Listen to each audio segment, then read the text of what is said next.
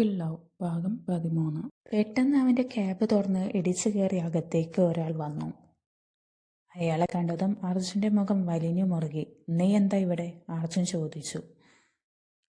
അവൻ്റെ ദേഷ്യത്തോടെയുള്ള മുഖം കണ്ട് ഇഷാനിക്ക് ഭയം തോന്നി. എന്തിനാ അർജുൻ നീ ഇങ്ങനെ ദേഷ്യപ്പെടുന്നേ? ഒരു കാലത്ത് നമ്മൾ ബെസ്റ്റ് ഫ്രണ്ട്സ് അല്ലായിരുന്നു? അത് കേട്ട് അർജുൻ ദേഷ്യത്തിൽ മുഖം തിരിച്ചു. അപ്പോൾ ഞാൻ എൻ്റെ മിത്രത്തിനെ ഒന്ന് കാണാൻ വന്നതാ. ഫംഗ്ഷന് കണ്ടപ്പോൾ നിന്നോട് സംസാരിക്കാൻ പറ്റില്ല. ഒപ്പം അത്രയും പറഞ്ഞ് അവൻ്റെ കണ്ണുകൾ ഇഷാനിലൂടെ ഒന്ന് ഒഴുകി. അത് കണ്ട് അർജുൻ്റെ ശരീരം ദേഷ്യത്തിൽ വിറപ്പുണ്ടു. ഇഷാനി, അവൻ വിളിച്ചു. അവൾ അർജുനെ നോക്കി. താൻ പോയി വർക്ക് നോക്കിക്കോ, അവൻ ഗൗരവം വിടാതെ പറഞ്ഞു. അവൾ തലക്കുലുക്കി പുറത്തേക്ക് പോവാൻ തിരിഞ്ഞു. ഹേയ് നിൽക്കടോ, താൻ പോവല്ലേ? പെട്ടെന്ന് അവൾക്ക് തടസ്സം പോലെ അവൻ നിന്നു. തിരിച്ച് അവനെ നോക്കി. ഞാൻ റോഹൻ മൽഹോത്ര. കുറച്ച് വർഷങ്ങൾക്ക് മുമ്പ് തൻ്റെ ബോസിൻ്റെ ഫ്രണ്ടായിരുന്നു ഞാൻ. അവൻ നെറ്റി ചൊല്ലിച്ച് നോക്കി. പക്ഷേ ഇപ്പോൾ ഞങ്ങൾ എനിമീസാണ് കേട്ടോ. അത് കേട്ട് ഇതൊക്കെ എന്തിനാ എന്നോട് പറയുന്നതെന്ന പോലെ അവൾ അവനെ നോക്കി. റോഹൻ, അർജുൻ അല്ലാതെ. ഇഷാനി നെറ്റി അവനെ നോക്കി. പക്ഷേ റോഹന് ഒരു കുലുക്കവും ഉണ്ടായില്ല. ഹേ റിലാക്സ് അർജുൻ, ഞാൻ നിന്റെ പിയയ്ക്ക് എന്നെ പരിചയപ്പെടുത്തി കൊടുത്തതല്ലേ. അതിന് നീ ഇങ്ങനെ ടെമ്പർ തെറ്റിക്കാതെ.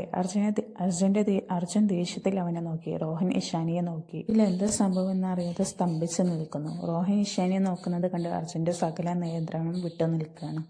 അവൻ്റെ കണ്ണിലെ ആ വഷളം ഭാവം മറ്റൊരാൾക്ക് മനസ്സിലായില്ലെങ്കിലും അർജുനെ പെട്ടെന്ന് മനസ്സിലായി. വെറുതെ അല്ല എൻ്റെ ഫ്രണ്ട് തന്നെ പിയാക്കിയത്, പെട്ടെന്നാണ് റോഹൻ പറയുന്നത്.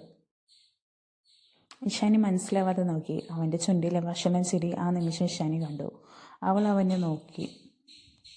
You are so hot and sexy. പറയാതെ വയ്യ ഇഷാനി, നിന്നെ കണ്ടപ്പോൾ മുതൽ എനിക്ക്.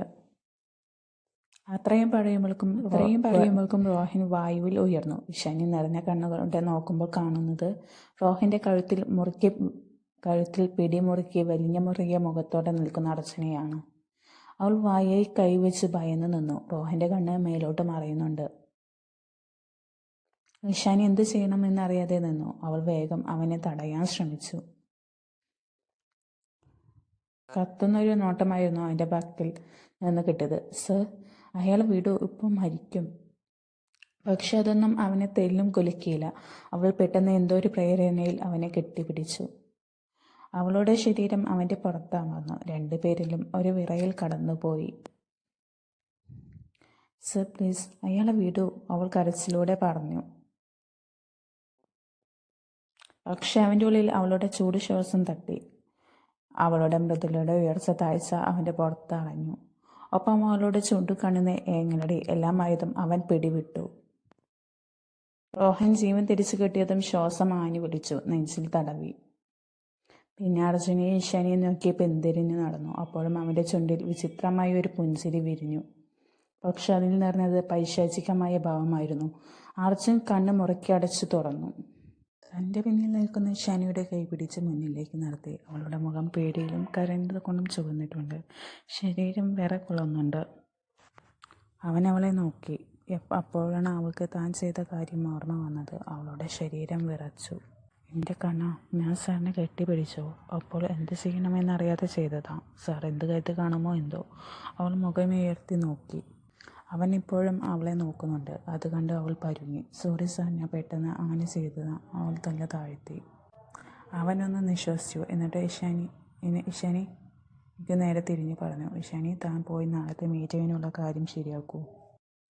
അവൾക്ക് അവനെ നോക്കാൻ തന്നെ എന്തെന്നില്ലാത്ത പരിവേഷം. അത് ചമ്മലാണോ ഭയം കൊണ്ടാണോ അറിയാത്ത അവസ്ഥ. അവൾ ഒരിക്കൽ കൂടി സോറി പറഞ്ഞ് പുറത്തേക്ക് പോയി. അവൾ പോയ വഴിയെ നോക്കി തൻ്റെ സീറ്റിലിരുന്നു. അവളുടെ ശരീരത്തിൻ്റെ ചൂട് ഇപ്പോഴും തന്നിലുള്ളതുപോലെ അവൻ്റെ ചുണ്ടിൽ ചിരി വിരിഞ്ഞു.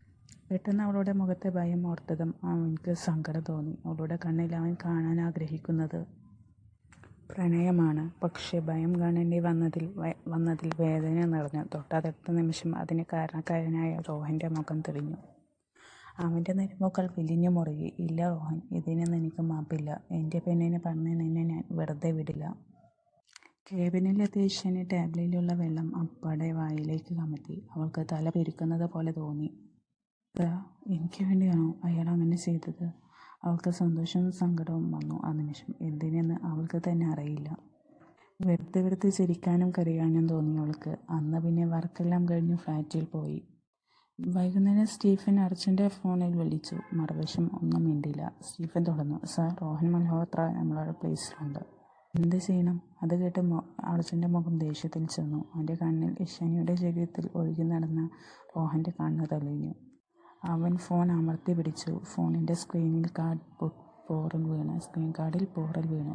സർ, മറുപുറം വീണ്ടും വിളിച്ചു.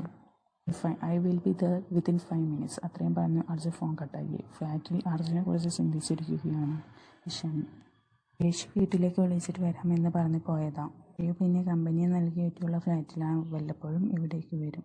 ഇന്ന് നടന്ന സംഭവങ്ങൾ ഓരോന്നും ഓർത്ത് വീണ്ടും അവൾ ഫ്ലാറ്റിൽ ബാൽക്കണിയിൽ നിന്നു. തന്നെ-പറ്റി അയാൾ പറഞ്ഞപ്പോൾ അർജുൻ്റെ മുഖത്ത് കണ്ട ദേഷ്യം അവൾക്ക് അത്ഭുതം തോന്നി. ഒരു പിയായ തനിക്ക് വേണ്ടിയാണോ എന്നെ അങ്ങനെ പറഞ്ഞത് കൊണ്ടാണോ സാർ അങ്ങനെ പെരുമാറിയത്? അവൾ ഓരോന്ന് ആലോചിച്ചു. പുറത്തെ ഇരുട്ടിൽ കണ്ണ് പായിച്ചു. അപ്പോഴും അവളുടെ ചിന്ത അർജുനിലായിരുന്നു. മുംബൈയിലെ പണി പൂർത്തിയാക്കാത്ത ഒരു കെട്ടിടത്തിന് മേലെ കൈക്കാലുകൾ ബന്ധിച്ച് റോഹനായിരുന്നു. തൊട്ടപ്പുറത്ത് സ്റ്റീഫനും ബാക്കി കാണിച്ചുമുണ്ടായിരുന്നു. അവിടേക്ക് കാലൻ്റെ വരവ് പോലെ ബ്ലാക്ക് ഓടി വന്നു നിന്നു. അതിൽ നിന്നും അർജുൻ പുറത്തേക്ക് ഇറങ്ങി. അവൻ റോഹൻ്റെ മുന്നിൽ വന്നു നിന്നു. മൈ ഫ്രണ്ട്, റോഹൻ പറഞ്ഞു. അർജുൻ ദേഷ്യത്താൽ വിറച്ചു. റോഹൻ്റെ അടുത്തേക്ക് വലിഞ്ഞുമുറിയ മുഖത്തോടെ അർജുൻ അടുത്തു. സ്റ്റീഫ, അർജുൻ വിളിച്ചു. സ്റ്റീഫൻ അവനെ അഴിച്ചു അർജുൻ്റെ അടുത്തേക്ക് കൊണ്ടിട്ടു. അർജുൻ റോഹൻ്റെ തലമുടി പിടിച്ചു വലിച്ചു. റോഹൻ അലറി. അർജുൻ്റെ മുഖത്തേക്ക് നോക്കി. അവൻ്റെ മുഖത്ത് അപ്പോഴുള്ള പൈശാചിക ഭാവം റോഹനെ വിറപ്പിച്ചു. അർജുൻ സ്റ്റീഫനെ നേരെ തിരിഞ്ഞു. സ്റ്റീഫൻ അവൻ്റെ കയ്യിലേക്ക് മൂർച്ചയുള്ളൊരു കത്തി വെച്ചു. റോഹൻ ഉമിനീറിറക്കി. അതുവരെ ധാർഷ്ട്യം നിറഞ്ഞ മുഖത്ത് ഭയം നിറഞ്ഞു. അവൻ ആ കത്തിയുമായി റോഹൻ്റെ മുന്നിൽ മുട്ടുകുത്തിയിരുന്നു. എൻ്റെ പിന്നെ നീ നോക്കിയ നോട്ടം ഞാൻ ഫംഗ്ഷനിൽ തന്നെ ശ്രദ്ധിച്ചതാണ്. അത് നിനക്ക് ഉള്ളത് തരണമെന്ന് നീ ഇന്ന് എൻ്റെ മുന്നിൽ വന്നത് മാത്രമോ? അവളിലൂടെ വീണ്ടും നിൻ്റെ വൃത്തികെട്ട കണ്ണിഴഞ്ഞു. അവളെക്കുറിച്ച് മോശമായ രീതിയിൽ സംസാരിച്ചു. ഇതൊക്കെ ഞാൻ എങ്ങനെ ക്ഷമിക്കും? അതുകൊണ്ട് അത്രയും പറഞ്ഞ് അർജുൻ ചിരിച്ചു. വന്യമായി ചിരി. അർജുൻ, വേണ്ട പ്ലീസ്. എന്നെ അത്രയും പറയുമ്പോഴേക്കും അർജുൻ റോഹൻ്റെ നാക്ക് പിടിച്ചു. സ്റ്റോറി ഇഷ്ടപ്പെട്ടാൽ ലൈക്ക് ചെയ്യുക, ഷെയർ ചെയ്യുക, കമൻറ്റ് ചെയ്യുക, സബ്സ്ക്രൈബ് ചെയ്യുക. അഭിപ്രായങ്ങൾ എന്താ വെച്ചാൽ അത് പറയണേ.